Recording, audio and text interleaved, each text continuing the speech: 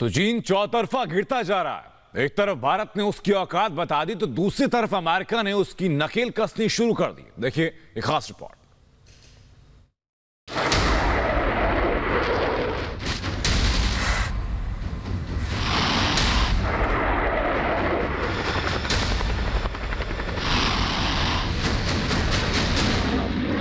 समंदर से लेकर आसमान तक चीन की घेराबंदी की जा चुकी है।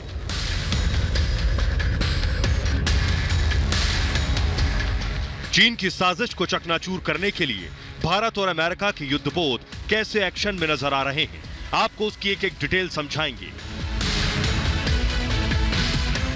लेकिन पहले चीन के घेराव की वो 3 तस्वीरें देख लीजिए जिसकी वजह से चीन के होश उड़े हुए हैं। पहली तस्वीर अमेरिका के उस ताकतवर एयरक्राफ्ट कैरियर यूएसएस निमित्ज की है जो अंडमान निकोबार द्वीप समूह पहुंच चुका है। दूसरी तस्वीर रफाल फाइटर जेट की है जो इसी महीने के अंत तक भारत पहुंचने वाला है और माना जा रहा है कि चीन बॉर्डर पर उसकी तैनाती की जा सकती है। तीसरी तस्वीर साउथ चाइना सी की है जहां अमेरिका ने विवादित दक्षिण चीन सागर में सैन्य अभ्यास किया। सबसे पहले बात अंडमान निकोबार द्वीप समूह की करते हैं जहां इस वक्त सबसे ज्यादा एक्शन नजर आ रहा है। यहां अमेरिका के एयरक्राफ्ट कैरियर यूएसएस निमित्ज के पहुंचते ही चीन की बेचैनी बढ़ गई है। अमेरिकी नेवी के 7वें बेड़े में शामिल एयरक्राफ्ट कैरियर यूएसएस निमित्ज को बहुत ताकतवर माना जाता है। परमाणु शक्ति से चलने वाले इस एयरक्राफ्ट कैरियर को अमेरिकी नौसेना में 3 मई 1975 को कमीशन किया गया था। यह कैरियर स्ट्राइक ग्रुप 11 का हिस्सा है जो अकेले अपने दम पर कई देशों को बर्बाद करने की ताकत रखता है।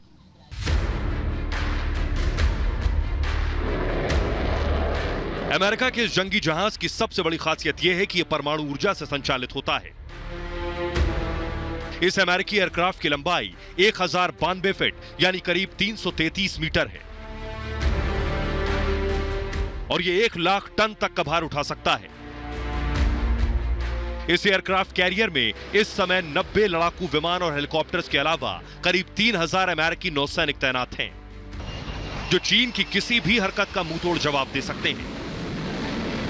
कैरियर अभी निमित्ज अब आ गए हैं, अंडमान निकोबार की तरफ आ रहे हैं अपने बेड़े के साथ में लेकर और इंडियन नेवी के साथ में अंडमान निकोबार कमांड के तहत एक्सरसाइज करेंगे। और चीन की नेवी इस जगह पे अगर आएगी तो उसको बहुत ही अत्यधिक प्रॉब्लम होगी, उसके ऊपर प्रतिबंध लगेंगे। जब ये लड़ाई की बात आ जाती है और इस जगह पे एयरक्राफ्ट कैरियर निमित्ज जिसके क्लोज टू 100 एयरक्राफ्ट हैं, ये न्यूक्लियर पावर्ड है, वो न्यूक्लियर पावर वेपन ले जा सकते हैं एयरक्राफ्ट।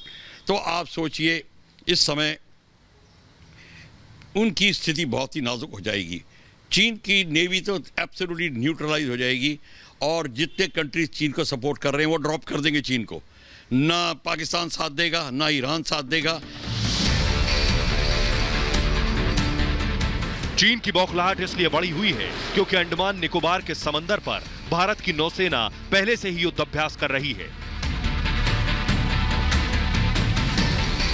हिंद महासागर में भारत की पैनी नजर है। यह युद्धाभ्यास इसलिए अहम है क्योंकि यहां से चीन के कुछ समुद्री रास्ते गुजरते हैं जहां से वो कई व्यापारिक गतिविधियों को अंजाम देता है।